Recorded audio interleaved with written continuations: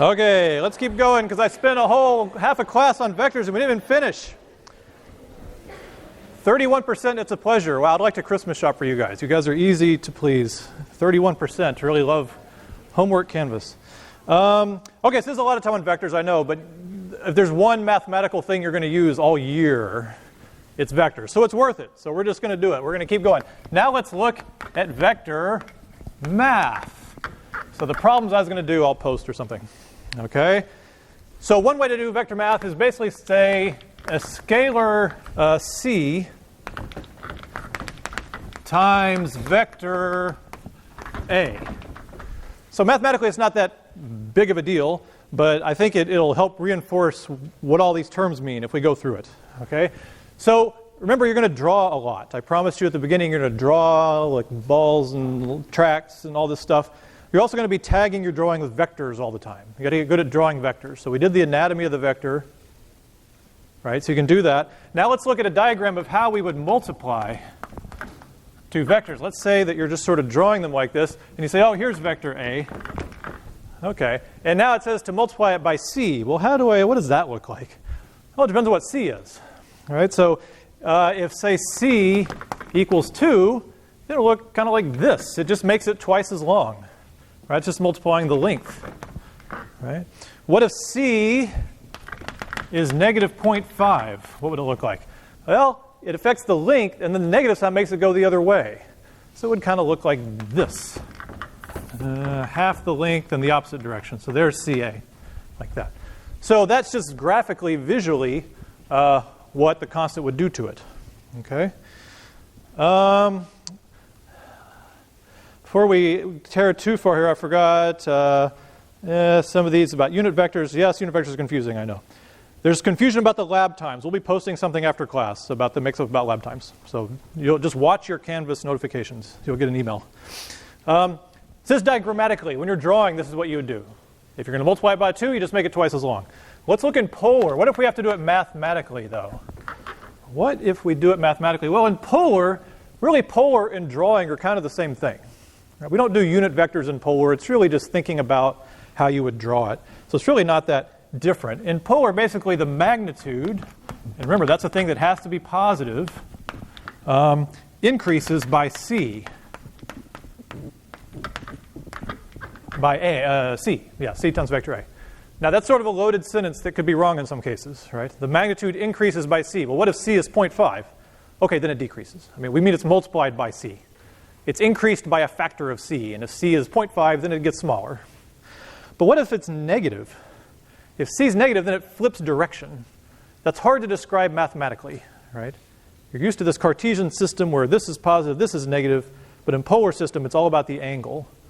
Okay? This is actually evidence for the malevolence of God. Okay? We'll talk about that more when we get to electrostatics, but it really is. So what you'd say, one way to think of it mathematically is that the magnitude becomes C times the magnitude A, and the direction is the same if C is positive. And then if it's negative, you could say the magnitude, it has to be the magnitude of C times the magnitude of A. Right? Because if C is negative, this product has to be positive because it's a magnitude. And then you could say the direction is 180 degrees. You flip it 180 degrees. Okay? These are not mathematical moves you're going to do. You will not see this written in a textbook anywhere. I'm just trying to give you an idea of what it means to multiply by a scalar. This is just an awkward mathematical way of saying this. Right? See the connection? See how they're the same thing? Magnitude changes. If it's negative, it flips. If it's not negative, it stays the same way. That's all that is. To do this properly, real mathematically, we have to get out the theta hat unit vector. So you don't want to do that. Okay? It changes direction. That's also the malevolence of God. Okay, so polar. Now Cartesian, this is why we love Cartesian. This is very easy. So if A is AXI hat plus AYJ hat, and I'm already getting texts about how stupid unit vectors are. I know. It's okay. Then if we multiply by C, then it's just C AXI hat plus C AYJ hat. That's it. You just multiply each component by C.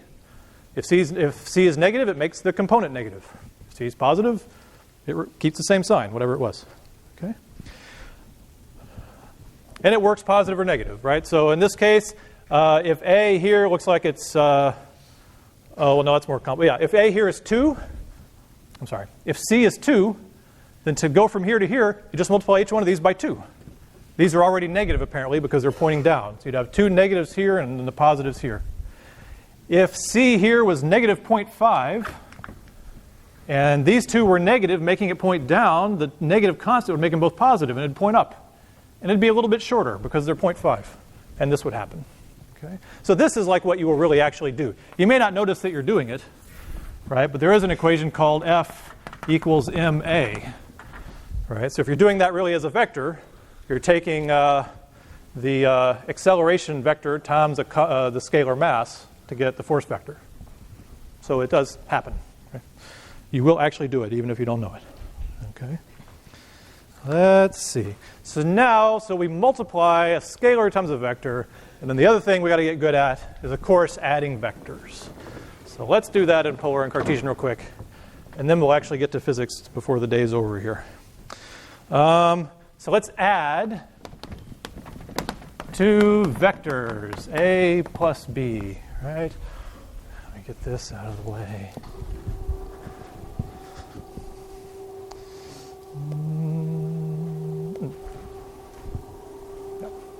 Add 2 vectors, A plus B. Let's see. So now we're going to do it in both ways. We're going to do it as a diagram and polar. I'm just going to make them the same thing, because that's really what polar is, right? It's the way we do this diagrammatically. I'll get to this question in a minute.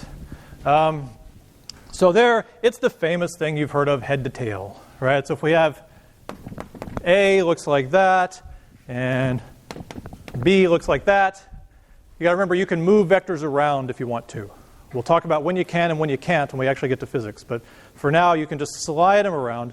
So if you want to add A plus B in diagram or polar mode, you add them head to tail. And this is why we did that anatomy lesson at the beginning. So you'll know which part is the head and which part is the tail. The arrowhead and the tail is where the feathers are. So you draw A like that, and then you draw B like that. So I just moved this over here, and then the sum, therefore, is here. A plus B. So you add them head to tail, and you go from the tail of the first one to the head of the second one. And it's just sort of visually what you would expect. Right? So you could ask yourself, does it commute? Does A plus B equal B plus A? You could ask yourself that. So let's see, for that you would say, well, what is B here? And I want to add A to it. I'll just slide it over here. All right? And what is B plus A if I cheat a little bit? Same thing. Right? The order we added them didn't matter. It came out the same. Right? So that's how you add vectors, head to tail, etc. That's doing it diagrammatically. If you tried to do it polar with math, it's just ugly. We don't bother. You got to use the law of cosines and unit vectors and polar. It's a waste of time. So don't bother. Let's do it Cartesian now. So we care about diagrams. We care about doing a Cartesian. Here's another reason we like unit vectors in Cartesian. AX plus BX I hat. You just add the x components. J hat. That's it. You don't have to do any drawing. You just add numbers.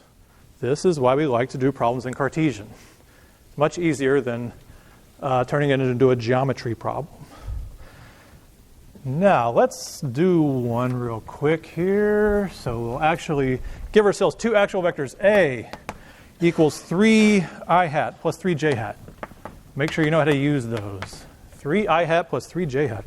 And B equals negative 2 I hat minus 5 j hat. Ooh, minus 5 j hat. I'm going to give myself more room to draw it over here. Oh, good.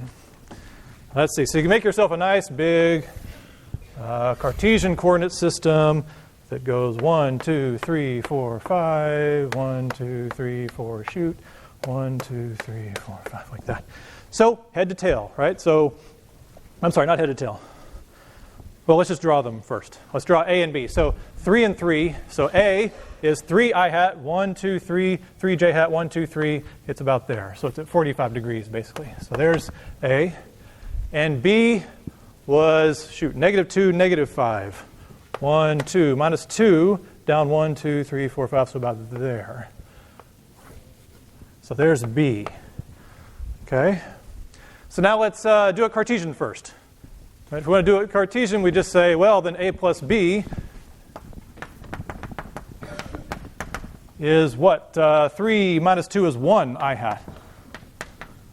Right, there's 1 I hat, and 3 minus 5 minus 2 j hat. So we don't even have to draw anything.